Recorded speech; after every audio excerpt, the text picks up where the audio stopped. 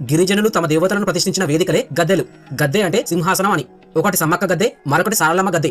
మొదట అతి కొద్ది మందితో కేవలం కోయ గిరిజనులతో మొదలైన ఈ వేడుక రాను రాను సమ్మక్క సారలమ్మల మహిమలు చుట్టుపక్కల గ్రామాలకు వ్యాపించడంతో వేల మంది నుండి లక్షల దాకా వ్యాపించి ఇప్పుడు 2 కోట్ల మందికి పైగా భక్తులు తరలి వచ్చే గొప్ప జాతరగా పేరుగాంచింది. సాధారణంగా దేవుళ్ళకి గుడి కడతారు, గోపురాలు కడతారు. కానీ మన సమ్మక్క సారలమ్మలకు గుడి ఉండదు. ఎందుకంటే వాళ్ళు స్వేచ్ఛగా విహరించే వనదేవతలు. అందుకే వారికి గద్దెలు మాత్రమే ఉంటాయి. ఇది కేవలం జాతర కాదు, ఇది ప్రకృతిని పూజించే సంస్కృతి. చెట్ల కింద ప్రకృతి ఒడిలో మట్టితో చేసిన గద్దెలపై ఆ తల్లులు కొలువై ఉంటారు.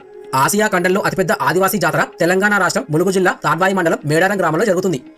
గిరిజనుల సంస్కృతి సంప్రదాయాల ప్రకారం ఈ జాతర జరుగుతుంది. ప్రతి 2 ఏళ్లకు ఓసారి వనదేవతలను దర్శించుకునేందుకు తెలుగు రాష్ట్రాలతో పాటు మహారాష్ట్ర, మధ్యప్రదేశ్, ఛత్తీస్గఢ్, ఒడిశా, ఇతర రాష్ట్రాల నుంచి భక్తులు పెద్ద సంఖ్యలో వస్తారు. సుమారు 900 సంవత్సరాల చరిత్ర కలిగిన ఈ జాతరను 1940వ సంవత్సరం వరకు చిలకలగుట్టపై గిరిజనులు మాత్రమే జరుపుకునేవారు.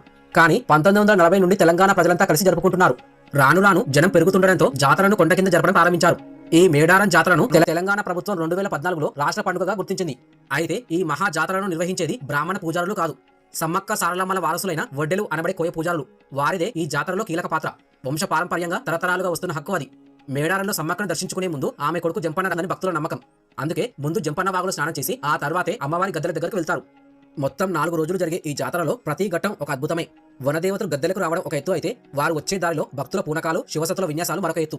మొదటి రోజు ఏం జరుగుతుంది, సారలమ్మ, పగిడిద్దరాజు, గోవిందరాజులు ఎలా వస్తారు అనేవి ఇప్పుడు తెలుసుకుందాం. జాతరలో మొదటి రోజు అందరి కళ్ళు కన్నెపల్లి గ్రామంపైనే ఉంటాయి. ఎందుకంటే అక్కడి నుండి మన సారక్క బయలుదేరుతుంది. సమ్మక్క కూతురైన సారక్క నివాసం మేడారం గద్దెలకు సుమారు 3 కిలోమీటర్ల దూరంలో కన్నెపల్లి ఉంటుంది. జాతర మొదటి రోజు కన్నెపల్లిలోని ఆలయంలో వడ్డెలు 2 గంటల పాటు పూజలు చేసి దేవతా రూపాన్ని చేత పట్టుకుని గుడి బయటకు వస్తారు. ఉత్సవ కమిటీ, ప్రజాప్రతినిధులు, అధికారులు సారక్కను మోస్తున్న వడ్డె వెంట నడుస్తారు. సారక్కను మోస్తున్న పూజారులు కన్నెపల్లి నుండి మేడారం గద్దెల వైపు బయలుదేరుతారు. దారిలో జంపన్నవాగు దగ్గర ఒక అద్భుతమైన దృశ్యం కనిపిస్తుంది. కొంతమంది భక్తులు నీళ్లలో తడిసిన బట్టలతో పడుకుంటారు. దీనినే వరాలు పడటం అంటారు. సారక్కను మోస్తున్న పూజారులు వారి పైనుండి నడుచుకుంటూ వెళ్తారు. అలా వెళ్తే భక్తుల కోరికలు తీరుతాయని, పిల్లలు పుడతారని వారి నమ్మకం.